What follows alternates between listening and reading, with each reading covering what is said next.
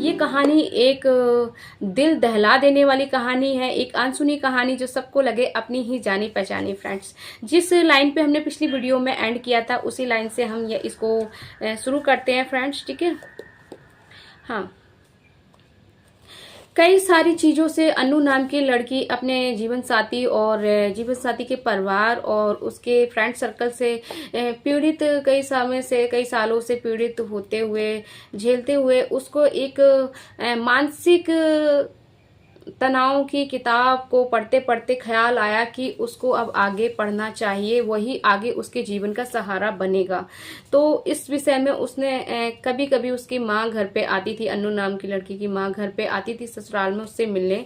तो उसने अपनी सारी बातें, सारी दुख, सारी दर्द उनके सामने, अपनी माँ के सामने रखे और विनती करी, गुहार लगाई कि माँ मुझे आगे पढ़ा दीजिए, मुझे हिंदी मीडियम में ही कहीं उत्तर प्रदेश में घर बैठे ऑनलाइन से दाखिला दिलवा दीजिए फ्रेंड, ठीक है। इस तरीके से उसने गुहार लगाई। तो देख लेते हैं उसकी माँ ने उसको आगे पढ़ाने का फैसला लिया या नहीं, ठीक है।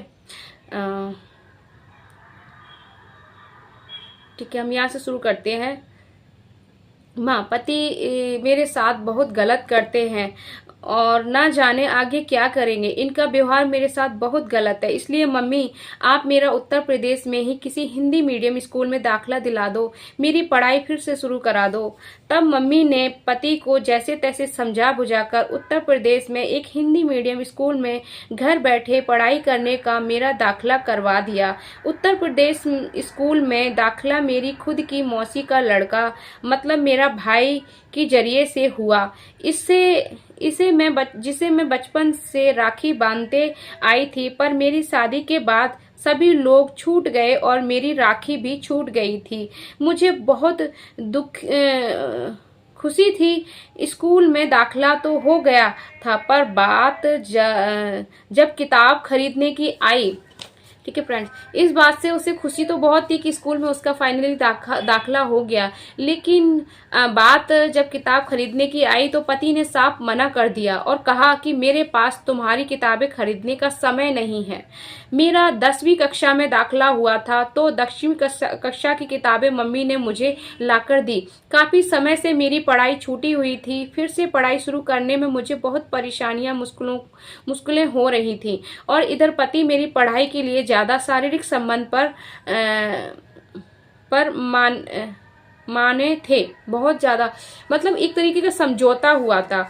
उस लड़की की पढ़ाई को आगे जारी रखने के लिए उसका पति ने सौदा रखा था बहुत ज्यादा उसके साथ शारीरिक संबंध बनाने के लिए फ्रेंड्स, ठीक है।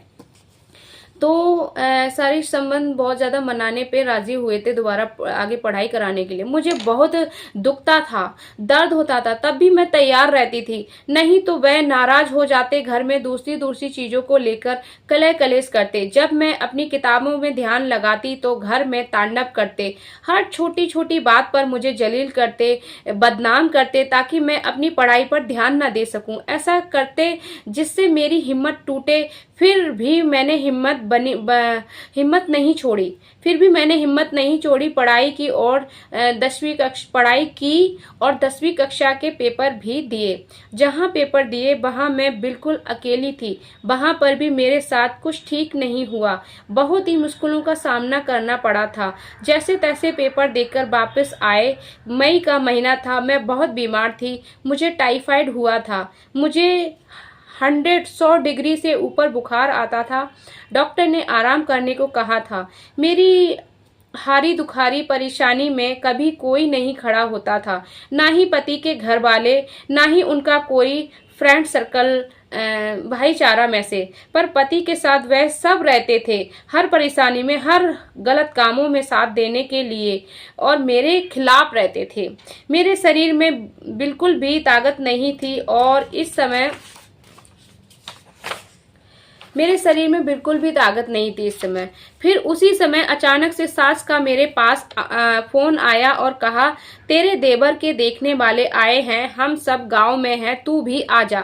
बड़ी हिम्मत जुटाते हुए मैंने कहा, बुरा ना लगे तो एक बात बोलूं मम्मी जी, आप तो हमेशा अपने बेटा से ही मतलब रखती हैं, उन्हीं से फोन करके बात करती हैं, मुझे और मेरे बच्चे से किसी भी प्रकार का नाता नहीं रखती हैं और हर बार जरूरत पड़ने पर ऐसे ही सालों साल बाद अचानक से फोन करती हो। मेरी बहुत तबीयत खराब है, मुझे टाइफाइड है, मैं अभी सफर करने लायक नहीं हूँ, ठीक से खा पी नहीं पा रही हूँ, बिस्तर से उठ नहीं पा रही हूँ, मैं कैसे आ पाऊंगी? आपको सिर्फ अपने बेटा से मतलब है तो वो वैसे भी आते जाते रहते हैं। सास बोली, तू आज गांव में, मैं तुझसे कोई काम नहीं कराऊं, तू आजा गांव में। सास इस तरीके से बोली कि तू आजा गांव में, मैं तुझसे कोई काम नहीं कराऊंगी। तो मैंने कहा ठीक है मम्मी, मुझे ठीक लगा तो मैं तैयारी कर लूंगी। फिर सास ने कहा देख, मैं फिर कह रही हूँ, मैं तुझसे कोई काम नहीं कराऊंगी, तू आजा गांव। फिर सास ने फोन काटकर पति को फोन करके ना जाने क्या कह दिया कि पति शाम को ऑफिस से आते ही मुझे मारने लगे और कहने लगे कि अब पढ़ाई के लिए मुझसे गिड़गिड़ाना तब बताऊंगा तुझे। इस तरीके से कहने लगे कि अब पढ़ाई के लिए मुझसे गिड़गिड़ाना तब बताऊंगा तुझे। जल्दी उठ ले, जल्दी चल, तू जल्दी उठ ले, तेरी तैयारी करने के लिए मेरे भाई की सगाई का सवाल है, ऐसे तेरी पढ़ाई कभी नहीं हो पाएगी। मतलब इस तरीके की अन्नू की पढ़ाई की धमकी दी कि मेरे भाई की सगाई की सवाल है, तेरी तबीयत कितनी भी खराब हो पर तू तैयारी कर ले, नहीं तो तेरी पढ़ाई नहीं हो पाएगी। इस तरीके की धमकी दी, ठीक है। फिर दवाई खिलाकर जबरदस्ती पति मुझे गांव लेकर गए, उसी हालत में लेकर गए, उसी हालत में लेकर गए। मुझे वहां गांव में बहुत काम कराया। मेरी तबीयत खराब के कारण मुझसे इतने सारे लोगों का काम नहीं हो पा रहा था और पति देवर, बड़ी ननद, छोटी ननद ने सास के साथ मिलकर मुझे बहुत तंग किया, परेशान किया और खूब सारी खोटी खरी सुनाई, मतलब उल्टा सीधा सुनाया और ताने मारे। मेरे 3-4 दिन गांव में फिर से रोते रोते निकल गए। जब भी मुझे गांव ले जाया जाता मेरे साथ बहुत बुरा व्यवहार किया जाता था और जब गांव से घर वापस आते तो 3-4 महीनों तक पति मेरे साथ बुरा बर्ताव करते थे। अब मेरा बच्चा, मेरा बेटा 5 साल का हो गया था। जन्मदिन पर हमेशा की तरह पति ने अपने माँ, बहनों, भाइयों, पूरे परिवार को बुलाया।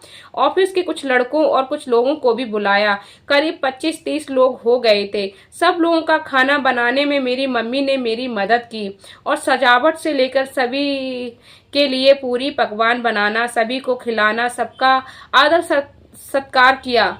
मैंने और मम्मी ने खूब मेहनत की और पति ने अपना पूरा बजट अपने पूरे परिवार के आदर सत्कार में खर्च कर दिया। बाद में अपने ही घर परिवार के लोगों में ज्यादा खर्च हो जाने पर मुझ पर ही गुस्सा निकाला और बेटा के जन्मदिन पर एक नया रुमाल तक भी नहीं लिया। फिर मेरी मम्मी बेटा के लिए 2750 रुपए का एक कोट पैंट लेकर आई जो बहुत ही ज्यादा अच्छा और खूबसूरत था। मम्मी के लिए 2750 रुपए बहुत थे क्योंकि मम्मी कोई छोटा मोटा नॉर्मल काम करती थी और जो भी पैसे बचा पाती थी वो पति को दे देती थी ताकि वो अपना अच्छा बिजनेस बढ़ा सके, आगे अच्छा कमाई कर सके, जिससे बेटी और घर में सब सुखी से रह सके। ठीक है फ्रेंड्स, तो इस तरीके की ये वीडियो को हम यहाँ एंड करते हैं। लंबा हो जाएगा फ्रेंड्स, ठीक है, क्योंकि अपलोडिंग में मुझे वहाँ टाइम भी लगता है, लंबा वीडियो अपलोड लेने में बहुत ही प्रॉब्लम होती है। ठीक है, इसको मैंने लाइन को मार्क कर दिया जिसको हम नेक्स्ट वीडियो में फिर से कंटिन्यू करेंगे।